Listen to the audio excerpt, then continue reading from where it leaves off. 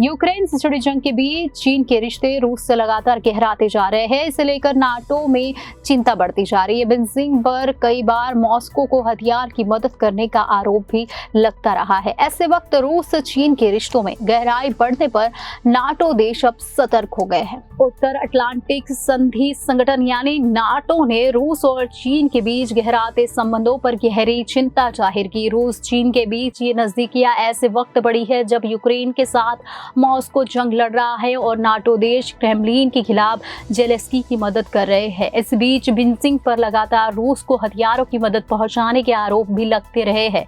चीन की बढ़ती आक्रामकता से नाटो बौखला गया है। नाटो ने अपने वॉशिंगटन शिखर सम्मेलन घोषणा पत्र में कहा, पीपुल्स रिपब्लिक ऑफ चाइना यानी PRC की महत्वाकांक्षाएं और आक्रामक नीतियां लगातार हमारे हितों, सुरक्षा और मूल्यों को चुनौती दे रही है। नाटो ने कहा कि रूस और PRC के बीच गहराती राजनीतिक साझेदारी और नियम आधारित अंतर्राष्ट्रीय व्यवस्था को कमजोर करने व नया आकार देने के दोनों देशों के प्रयास गंभीर चिंता का विषय। शिखर सम्मेलन में शामिल राष्ट्राध्यक्षों और शासन प्रमुखों की ओर से जारी घोषणा पत्र में कहा गया कि हम सरकार में शामिल और उनसे इतर तत्वों से हाइब्रिड, साइबर, अंतरिक्ष और अन्य खतरों तथा दुर्भाग्यपूर्ण गतिविधियों का सामना कर रहे हैं। ऐसे में सभी देशों को बीजिंग से सतर्क रहना होगा।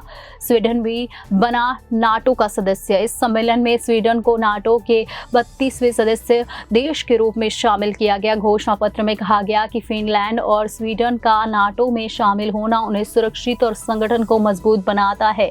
हाई नॉर्थ और बाल्टिक सागर क्षेत्रों में भी इसमें कहा गया है कि यूक्रेन पर रूस के आक्रमण ने यूरो अटलांटिक क्षेत्र में शांति और स्थिरता भंग कर दी है तथा वैश्विक सुरक्षा को गंभीर नुकसान पहुंचाया है। नाटो ने घोषणा पत्र में किया है ऐलान, क्या है वो बताते हैं। नाटो ने अपने घोषणा पत्र में कहा है कि रूस संगठन के सदस्य देशों की सुरक्षा के लिए सबसे महत्वपूर्ण और प्रत्यक्ष खतरा बने हुए हैं।